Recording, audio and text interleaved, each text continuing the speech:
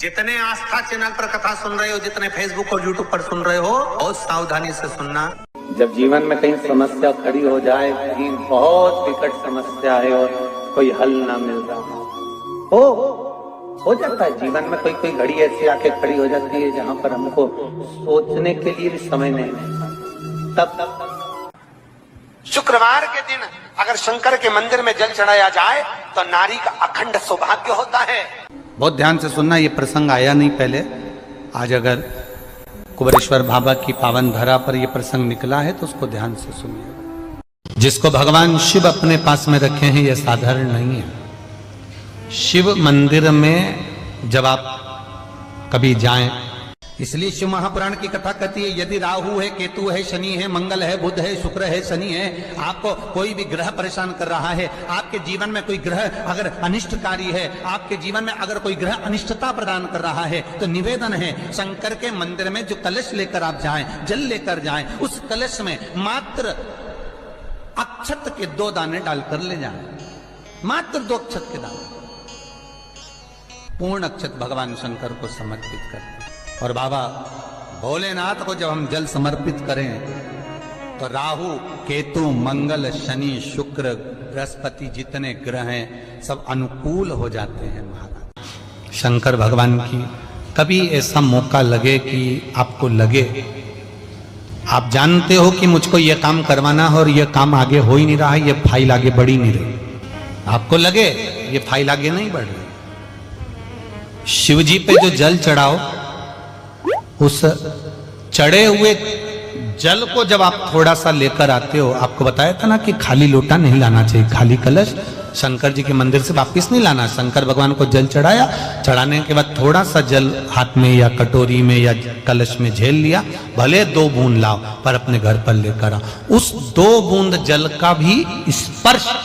कलश के अंदर हाथ की 3 उंगलियां लगाकर अगर त्रिशूल पर टच कर कर मात्र आपने उस कलश के अंदर लगा दिया और वो जल भी आपने अपने घर पर छोड़ दिया, छींट दिया या उसका आचमन मात्र हो गया, तो व्यक्ति का यश बढ़ना अपने आप प्रारंभ हो जाता है, उसकी यश की प्राप्ति उसको होने लगती है। त्रिशूल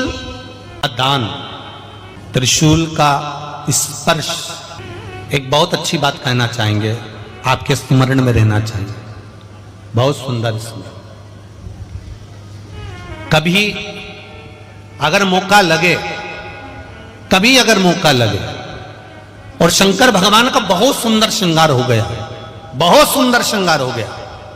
और शिव जी पे माला भी बहुत अच्छी चढ़ी है, बेलपत्र भी अच्छी चढ़ी है, धतूरा भी अच्छा चढ़ा हुआ है, फूल भी अच्छे चढ़े हुए हैं, और आपने देख लिया शिव जी का बहुत अच्छा श्रृंगार हो गया, और तुम्हें कभी मौका लग जाए और तुम्हारे पास में एक अच्छी सुंदर सी माला हो पुष्प की, तो आप पुजारी जी को या पंडित जी को कह दो, या पंडित जी मान नहीं हो, शिव जी का अच्छा श्रृंगार हो गया हो, तो वो माला केवल त्रिशूल की, जो त्रिशूल है उस त्रिशूल पर ही उस माला को अगर आपने केवल टांगी दिया तो भी आप उन्नति की सीढ़ी पर आगे बढ़ना प्रारंभ कर देते। पर किस समय पर? जब भगवान का पूर्ण श्रृंगार हुआ, पूर्ण श्रृंगार शिव जी का हो गया और माला तुम्हारे हाथ में है और तुमने देखा भगवान का श्रृंगार हो गया। अब शिव जी पे अगर माला चढ़ाऊंगा और श्रृंगार गिर जाएगा तो उस माला को आप अपने यश प्राप्ति के लिए, अपने आनंद के लिए, अपनी उन्नति के लिए आप उसको त्रिशूल पर चढ़ा सकते। हम कई बार एक बात बहुत अच्छे से आपको वर्णन किए हैं कि कभी मौका लगे और आप किसी कंपटीशन एग्जाम में बैठ रहे हैं, या